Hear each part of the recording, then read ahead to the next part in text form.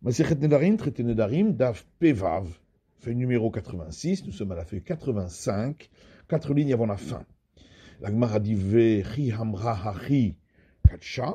Est-ce que vraiment, quand la femme dit qu'elle s'interdit ses mains pour ce qu'elles font, alors ça devient interdit? Voilà que ses mains sont assujetties au travail qu'elle doit faire à son mari. D'Amra Lechim Egarsha. On parle d'un cas où elle dit lorsque je serai divorcée. La Gemara dit Ashtami Atlo Megarsha. Mais pour l'instant, elle n'est pas divorcée. Et qui dit que si elle dit cela, ça marcherait? Pourtant, le fait qu'elle divorce, c'est quelque chose qui n'est pas encore de ce monde. Rabbi a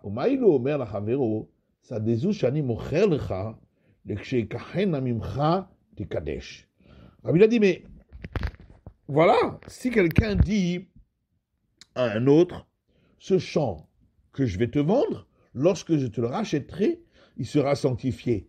Milo Katsha, est-ce que la sanctification n'est pas valable? Donc ici aussi. La Matkifla Rabbi Yirmiyah objecte là-dessus en disant Midami, est-ce que ça ressemble? Ça dit lorsqu'il dit le champ que je vais te vendre, pour l'instant, il est à lui. C'est pourquoi la sanctification peut marcher. Isha beyadala yadeha.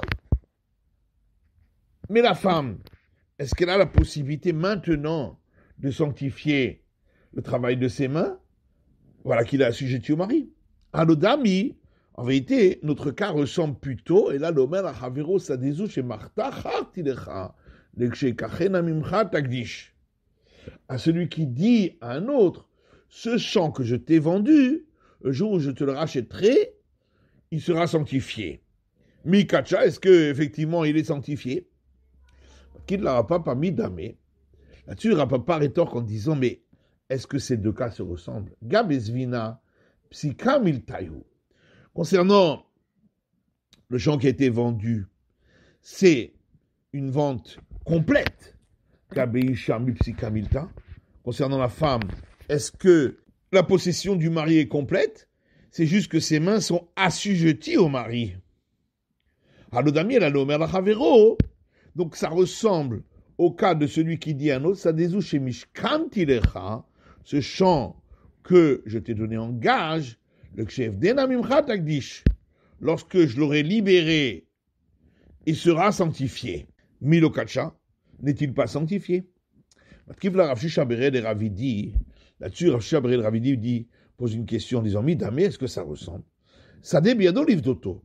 Le champ, il a la possibilité de le libérer en payant la dette.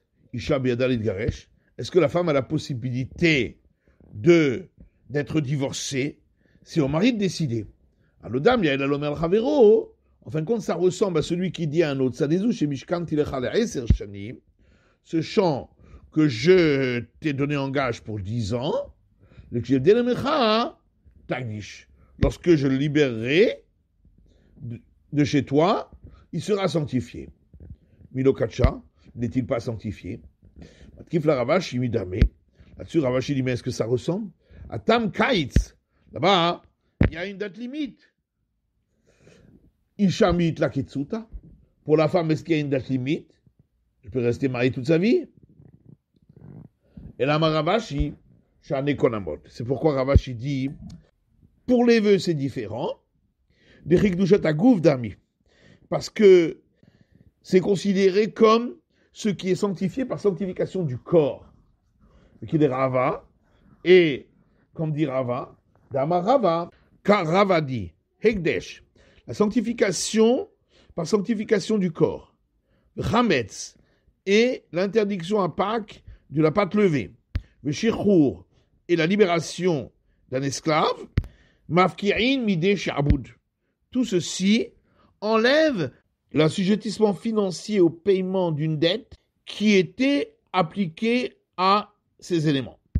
Et ici aussi, le vœu qui a été fait par la femme sur les mains qui étaient assujetties au mari enlève cet assujettissement et elles sont donc interdites au mari.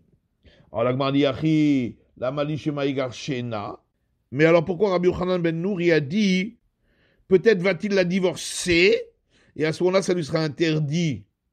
De toute façon, ça lui est interdit, même avant.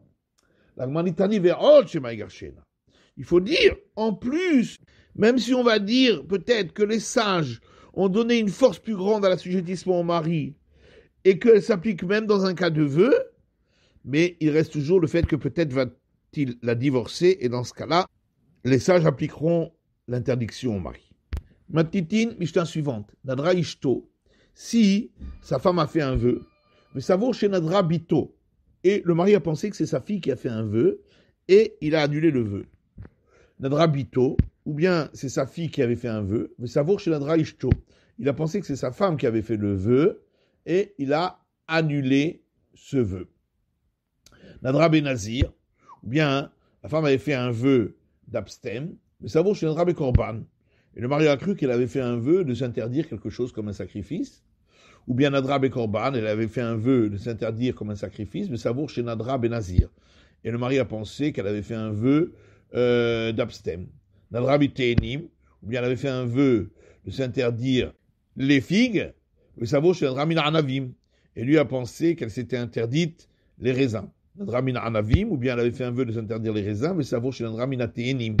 Et il a pensé qu'elle avait fait un vœu de s'interdire les figues. Arezé Yarzor et à faire. Dans tous ces cas-là, s'il a annulé, il devra annuler à nouveau. C'est la fin de l'étude du DAF Pevav de la feuille numéro 86.